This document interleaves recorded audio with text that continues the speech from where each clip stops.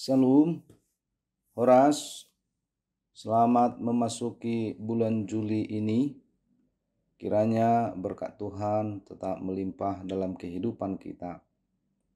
Pada hari ini kita akan mendengarkan renungan salib kasih kita.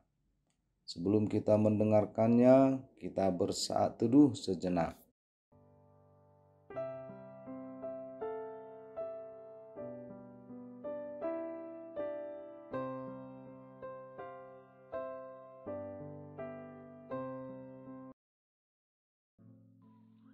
Amin. Firman Tuhan sebagai kabar baik dalam renungan salib kasih kita saat ini diambil dari Injil Matius pasal 13 ayat 22.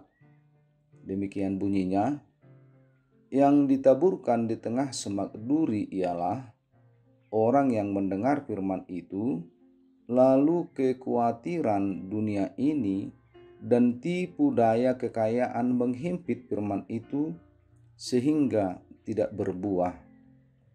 Dalam bahasa Batak dikatakan, alai anggo nasinaburhon tu parsihupiani imanau bigi hatai gabe pakol sohon nadi akka nadi hasianganon dohot hamuraun si pangasi ido mamisati hatai jadi dang saut marparbuwe.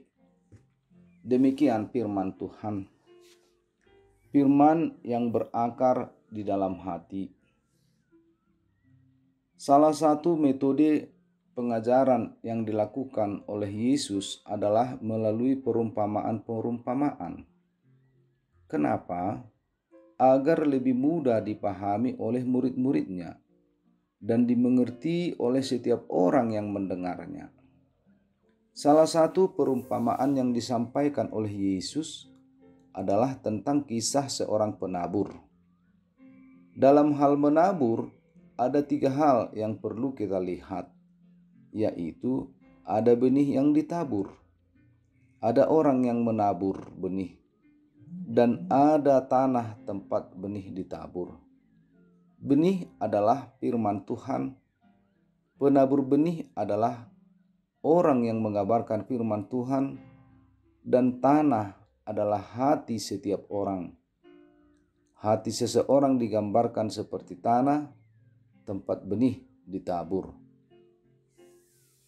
Hati manusia memiliki banyak karakter. Ada yang baik hatinya, ada yang keras hatinya, dan bahkan ada yang bebal hatinya. Jika firman Tuhan ditaburkan di tanah yang baik atau hati yang baik, maka firman Tuhan tersebut akan dapat bertumbuh dan berbuah sehingga kehidupannya menjadi baik di hadapan Tuhan.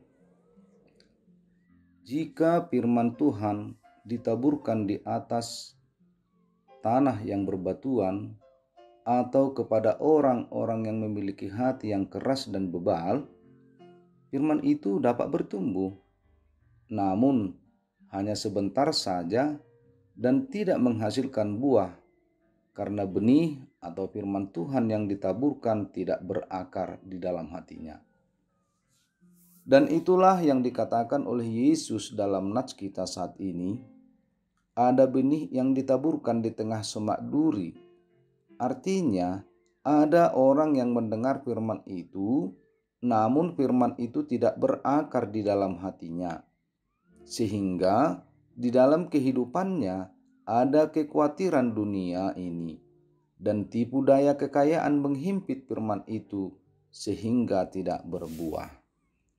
Oleh sebab itu, nats ini menjadi perenungan bagi kita saat ini.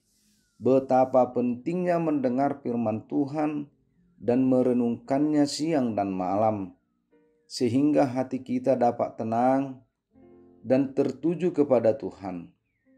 Rasa khawatir dan kebimbangan hidup sulit kita temukan karena telah ada kekuatan yang luar biasa yang telah berakar di dalam hati kita, yaitu firman-Nya.